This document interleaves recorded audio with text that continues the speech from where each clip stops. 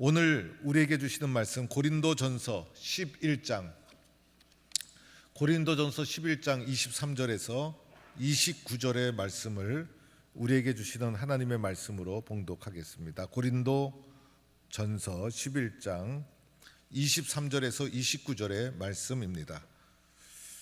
내가 너희에게 전한 것은 주께 받은 것이니 곧 주 예수께서 잡히시던 밤에 떡을 가지사 축사하시고 떼어 이르시되 이것은 너희를 위하는 내 몸이니 이것을 행하여 나를 기념하라 하시고 식후에 또한 그와 같이 잔을 가지시고 이르시되 이 잔은 내 피로 세운 새 언약이니 이것을 행하여 마실 때마다 나를 기념하라 하셨으니 너희가 이 떡을 먹으며 이 잔을 마실 때마다 주의 죽으심을 그가 오실 때까지 전하는 것이니라. 그러므로 누구든지 주의 떡이나 잔을 합당하지 않게 먹고 마시는 자는 주의 몸과 피에 대하여 죄를 짓는 것이니라. 사람이 자기를 살피고 그 후에야 이 떡을 먹고 이 잔을 마실지니 주의 몸을 분별하지 못하고 먹고 마시는 자는 자기의 죄를 먹고 마시는 것이니라. 아멘. 할렐루야. 오늘은 이제 종료주일, 이제 한 주간은 고난 주간. 그래서 기독교 절기에서 가장 경건한 그런 주간이 오늘하고 오늘부터 시작하는 한 주간입니다. 그러니까 예수님 사랑하는 분들은 이번 주 새벽 기도에 함께 동참해 주시고요. 새벽에 안 보이면 제가 다 알아요. 그래서 예수님 사랑이 식었구나 이렇게 생각할 수가 있습니다. 제가 포항 시민을 하면 여러분은 알아서 그냥 외쳐주시기 바랍니다. 포항 시민을, 포항 시민을. 할렐루야. 포항 동북교회에서 예수 믿고 신앙생활하면 가장 복되고 행복한 줄로 믿습니다. 사랑의 마음, 존경의 마음을 표현하는 방법 중에 하나가 선물입니다. 선물을 받으면 얼마나 좋은지 몰라요. 결혼할 때도 사랑합니다 하고 사랑의 선물로 반지를 탁 끼워드리고, 생일 되면 생일 축하합니다. 남편이, 아내가, 자녀들이 선물을 착 하면 얼마나 기분이 좋아요. 축하하고 좋은 일이 있는데 선물을 통해서 기쁨을 함께 나눠주면 얼마나 좋아요. 사람이 주는 선물도 이렇게 기쁜데 예수님이 나에게 주신 선물이 있어요. 사람의 선물도 이렇게 좋은데 예수님이 주신 선물은 얼마나 좋을까? 그 예수님이 주신 선물을 오늘 살펴보는 거예요. 때는 마지막 유월절 예루살렘에서 예수님께서 식사하실 때에 예수님께서 제자들과 함께 유월절 마지막 식사를 하게 됩니다. 이 유월절은 민족의 뿌리가 되는 중요한 절기예요. 출애굽에서 기인한 것이고 이 출애굽 사건 마지막 밤에 있었던 유월절 사건을 민족의 정체성으로 지켜오던 유대인들, 예수님도 그렇게 그날 유월절 식사를 지켰던 거예요. 그리고 그 유월절 식사가 뿌리가 되어서 나중에 성만찬이 되어지는 거예요. 그런데 오늘 저는 고린도전서 11장을 읽었어요. 이 성만찬에 대한 기사는 예수님께서 살아계셨을 때 하셨던 것이고 이것이 마가복음, 마태복음, 누가복음에 똑같이 기록이 되어 있어요. 그런데 오늘 읽은 고린도전서는 예수님 죽으시고 초대교회를 배경으로 하고 있는 거예요. 그래서 그 초대교회 때 예수님의 십자가와 부활을 거친 후에 바울이 초대교회 때 복음을 전하면서 예수님 살아계셨을 때 마가의 다락방에서 유월절 마지막 성만찬 식사를 하셨던 것을 기억한 거예요. 사실 제자들은 그때 예수님이 하신 말씀의 의미를 제대로 몰랐을 거예요. 그런데 십자가를 거치고 나서 초대교회 때 사도 바울의 오늘 증언을 보니 이 유산을 초대교회의 소중한 신앙적 유산으로 지키고 있다는 것을 알게 되는 거예요. 그리고 바울의 이 고린도전서 11장에 기록된 성만찬에 대한 이해가 마태, 마가, 누가가 기록했던 예수님이 하셨던 말씀이 그대로 기록되어 있는 것을 보게 됩니다. 그리고 주의 전을 합당하게 마시지 않는 자는 죄를 짓는 것이라고 언급한 것으로 보아서 아주 초대교회의 소중한 신앙적 유산으로 이 성만찬을 지켰다는 것을 알게 됩니다. 오늘 그러면 바울이 증언하는 고린도전서 11장에 나오는 성만찬에 대한 이 말씀을 사실 마태, 마가, 누가와 큰 차이가 없어요. 동일한 해석이 이어지고 있는 것을 보게 되는데, 오늘 이 말씀을 쭉 보니까 주 예수께서 잡히시던 밤에, 예수님께서 잡히시던 그날 마지막 밤, 마지막 식사라는 것을 말해 줍니다. 예수님께서 떡을 가지시고 떡을 딱 집으셔서 축사하셨다. 그래서 마가복음에 보면 떡을 잡고 감사기도 하시고 잔을 들어 축사하시고 감사와 축사라는 용어가 사용되었는데, 원어에는 똑같이 유카리스트라는 단어가 사용이 되었어요. 그래서 이 말씀은 떡을 들어 감사기도 하시고 잔을 들고도 감사기도 하시고 십자가를 앞에 두고도 모든 것이 감사요, 모든 것이 은혜요, 이것이 우리 믿음의 사람들의 기본 자세라 할 수가 있어요. 그리고 그 떡을 떼었어요. 이 떡을 찢었다는 거예요. 원래는 한 덩어리였는데 이것을 찢어서 마가복음에서는 그것을 떼어서 제자들에게 주었다. 이 떼어서 자기가 먹은 것도 아니고 떼어서 딴 사람 준 것도 아니고 제자들에게 주었다는 거예요. 오늘 이 자리에 있는 우리들이 주님의 제자라는 마음으로 이 떡을 받는 것이다 할 수가 있어요. 마태복음에서는요, 받아서 먹어라 이렇게 기록되어 있어요. 그래서 주님이 주신 떡을 제자들은 겸손히 그것을 딱 받아서 그것을 입안에 넣어서 먹어서 입안에서 느낌을 가지고 몸속에 집어넣고 그렇게 하라 말씀하셨다는 거예요. 그러면서 예수님께서 이 오늘 고린도전서에 이 떡의 의미가 뭘까? 왜 이렇게 특별히 기록되어 있을까요? 특별한 나눔의 자리였기 때문에, 특별한 자리에서는 의미를 알아야 되잖아요. 뜻을 깨달아야 되잖아요. 그래서 이 떡의 의미를 설명하는데, 이것은 너희를 위하는 내 몸이니 이것을 행하여 나를 기념하라 하셨고, 주님 말씀하신 대로 초대교회는 이것을 기념하여 지켰다는 거예요. 오늘 여기서 뭐라고 합니까?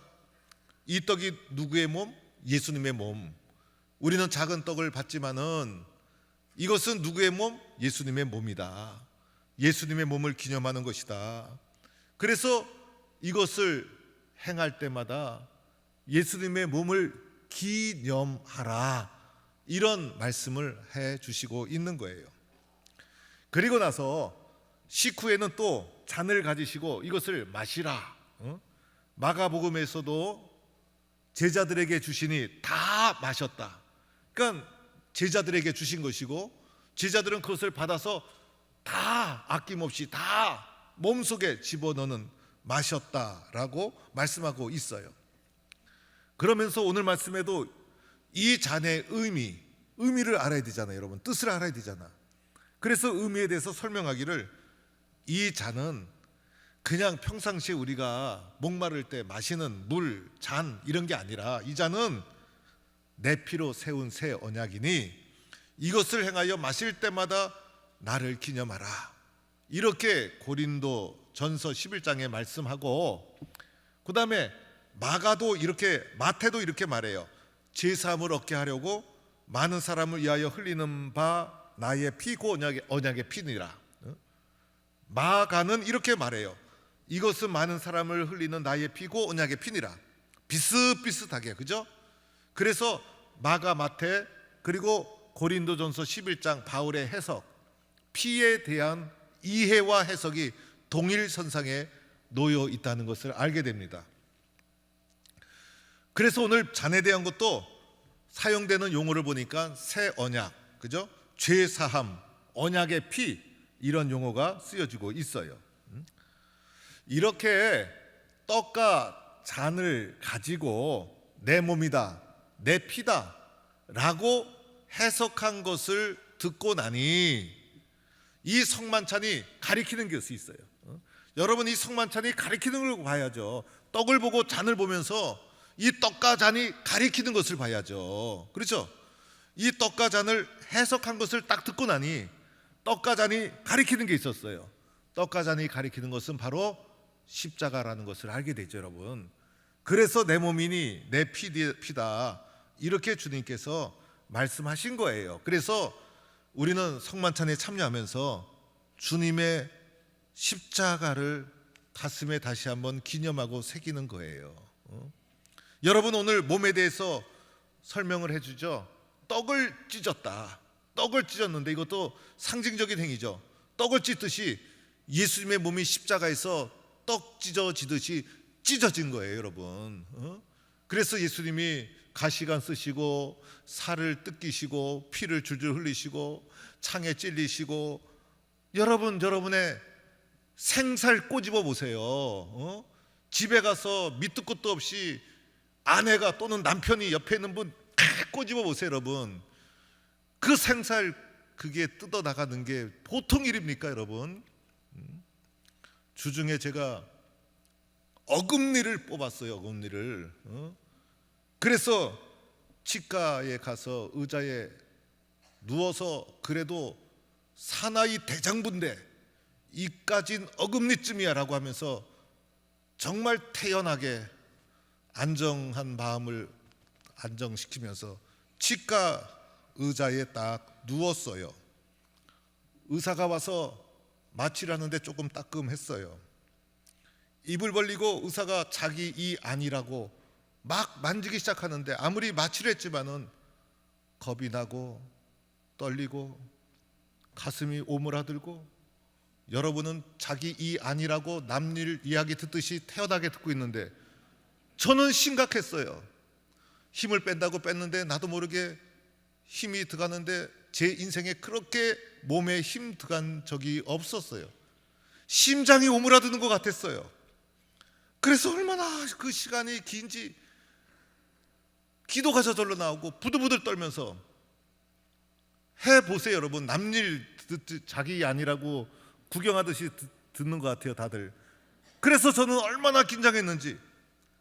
그러고 나서 마치고 나니까 긴장이 풀리고 감사 기도가 저절로 나왔어요.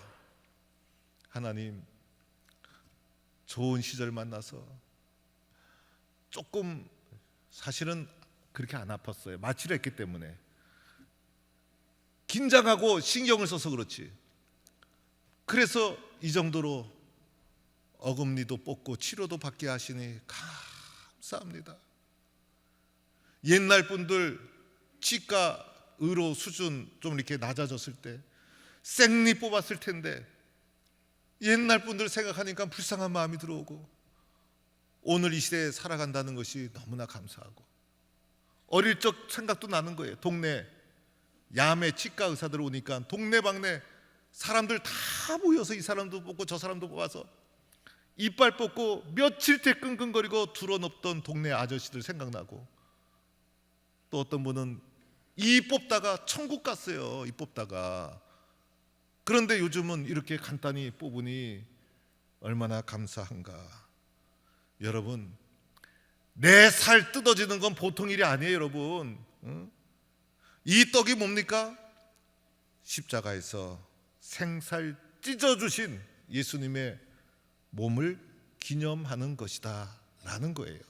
이렇게 믿고 우리는 이 떡을 통해서 주님의 십자가를 바라보는 거예요. 또 예수님 피를 흘려주셨죠, 여러분. 피 한 방울 나면 얼마나 아까워요, 여러분. 한 방울 떨어진 것도 아니고 한 방울도 남김없이 쏟아진 거예요. 십자가가 그런 거예요. 십자가가요, 가시면류관 쓸 때 가시가 뚫고 들어가서 피가 쏟아지죠. 그리고 채찍에 맞을 때도 그 채찍은 군사용이어가지고 채찍 끄트머리에 납덩어리가 달려가지고 살점을 훅이 파서 뜯어내서 피가 줄줄 흐르죠. 십자가를 지고 자기가 골고다에 올라가서 십자가 매달릴 때 양 손목 발목에 못이 박히는데, 여러분, 그 못이 깨끗한 못입니까?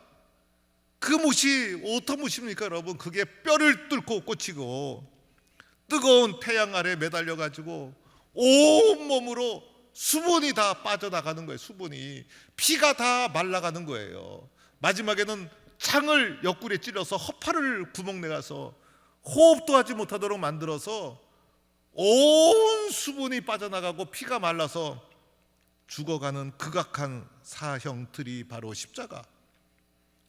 오늘 주님께서 이렇게 십자가에서 피를 흘려주신 것을 오늘 성경은 이렇게 말하죠. 죄사함, 언약의 피, 새 언약, 이렇게 말씀하고 있다는 거예요. 우리가 예수 믿고 은혜 받고 새 사람 된 것 거저된 거 아니죠, 여러분.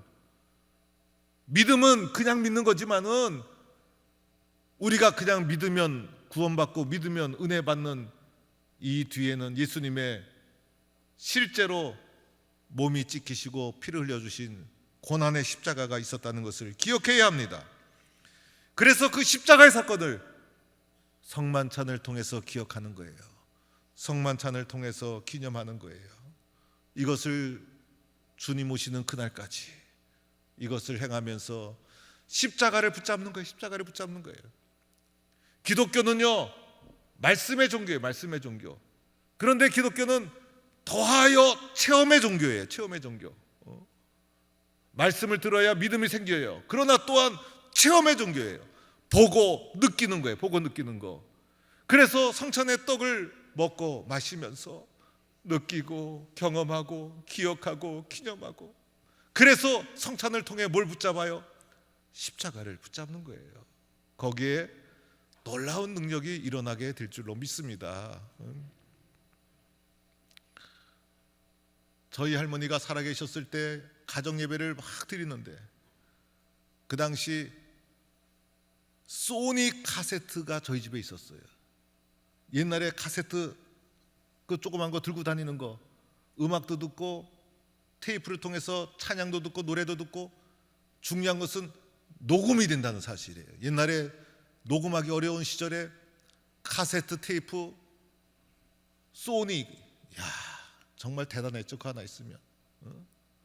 그래가지고 보통 딱 누르면 녹음이 되었어요. 할머니 살아계셨을 때 예배 드리는 것을 녹음을 좀 해놨어요. 어느 날 할머니 돌아가시고, 할머니 돌아가신 날이 되었어요. 세상 사람들은 제사 드리지만 예수 믿는 사람들은 모여서 찬송하고 기도하고 추도 예배 드려요. 추도 예배 드리고, 녹음해 놓은 거 한번 틀어보자. 할머니 기도하는 장면을 녹음기를 틀었어요. 카세트를. 할머니의 생생한 음성이 들려오는데 살아계신 것 같아요. 우리 곁을 떠난 것 같지 않아요.